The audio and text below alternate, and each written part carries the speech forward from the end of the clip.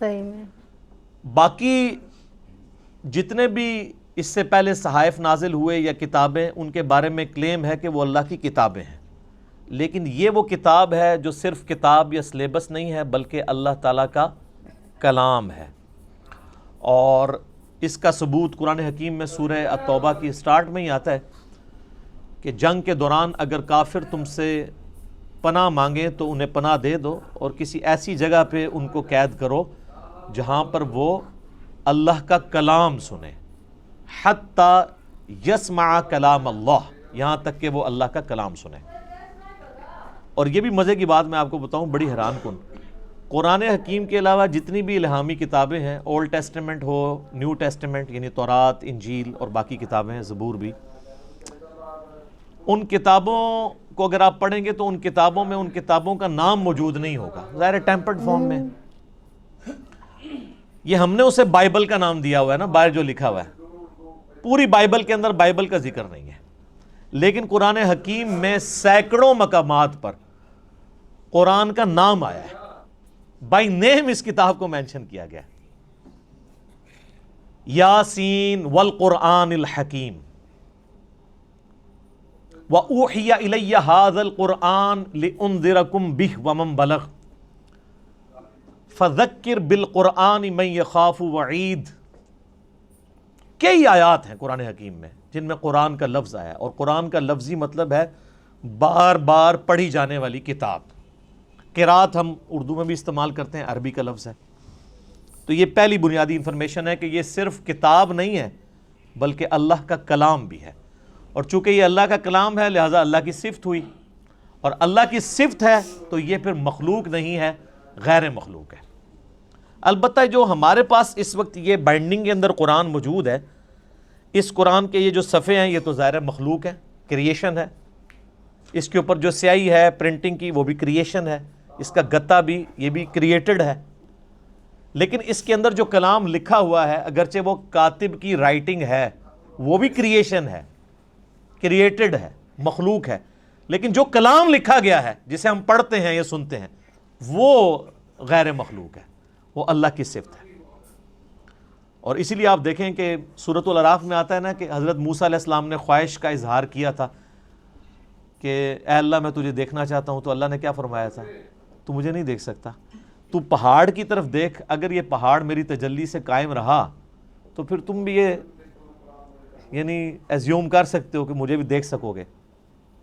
پہاڑ پہ جب اللہ کی تجلی اللہ تعالیٰ نے ڈالی جو سورۃ الاعراف میں آتا ہے تو اس کی وجہ سے پہاڑ جو ہے وہ ریزہ ریزہ ہو گیا، اور سورۃ الاعراف میں آتا ہے کہ اس تجلی کے انڈائریکٹ مشاہدے کی وجہ سے موسیٰ علیہ السلام بھی بے ہوش ہو گئے۔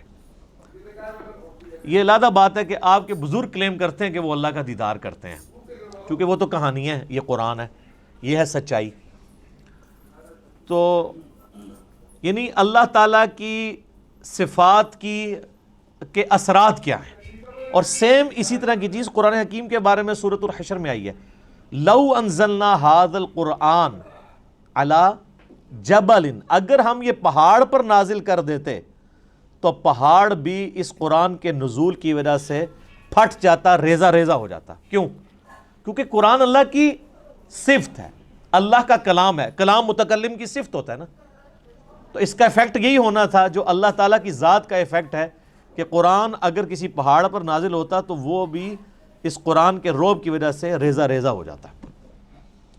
سر یہ ہمارے محبوب صلی اللہ علیہ وآلہ وسلم کا مبارک سینہ ہے کہ جس پہ آلموسٹ 23 سال تک قرآن نازل ہوتا رہا ہے۔ اور اگر آپ بخاری مسلم کی احادیث اٹھا کے دیکھیں تو نبی علیہ السلام کے اوپر ایک کیفیت طاری ہو جایا کرتی تھی جب قرآن کا نزول ہوتا تھا، اور سخت سردیوں میں بھی بخاری مسلم کے الفاظ ہیں کہ آپ صلی اللہ علیہ وآلہ وسلم کے مبارک چہرے پر یعنی پسینہ بہنا شروع ہو جاتا تھا، اتنا وحی کا بوجھ ہوتا تھا۔